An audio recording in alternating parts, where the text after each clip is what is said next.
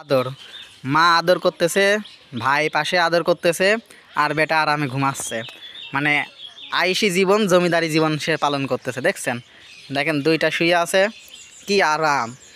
মনে হচ্ছে যে ওর জীবনে কোনো টেনশন নাই, কষ্ট নাই, আরামে ঘুমাচ্ছে। আর আমরা যারা খামারি, এদের তো ওদের খাবার চিন্তা করতে গিয়েই আমাদের জীবন শেষ হয়ে যাচ্ছে। আর দেখেন তো বেটা আরামে খায় দায় আর এই বিড়ি, তুই মোবাইল খাবি নাকি? থাম। হ্যাঁ, দেখছেন, খালি খাওয়া আর ঘুমানো। শুয়ে থাকো, তুমি মাথা দিয়ে শুয়ে থাকো। হ্যাঁ, শুয়ে থাকো। দেখছেন, খাওয়া আর ঘুমানো, এছাড়া ওদের কোনো কাজ নাই।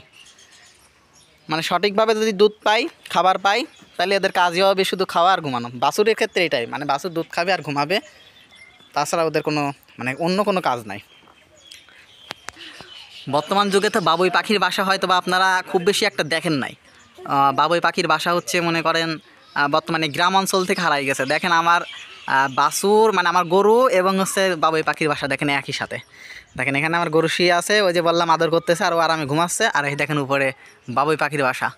দুইটার সমন্বয়ে মানে একটা আলাদা একটা পরিবেশ আমার এখানে তৈরি হয়েছে, যেটা ভালো লাগে আর কি। গ্রামের এটাই হচ্ছে সবচেয়ে ভালো একটা পরিবেশ বা সুন্দরতম একটা মুহূর্ত যেটা বলা চলে।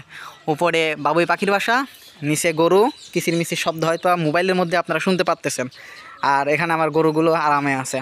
মানে গ্রামের পরিবেশটাই মনে করেন যে সব থেকে আলাদা, ভিন্ন, যা শহরের মানুষ কখনোই পায় না, কিন্তু আমরা মনে করেন যে প্রতিনিয়ত পাই।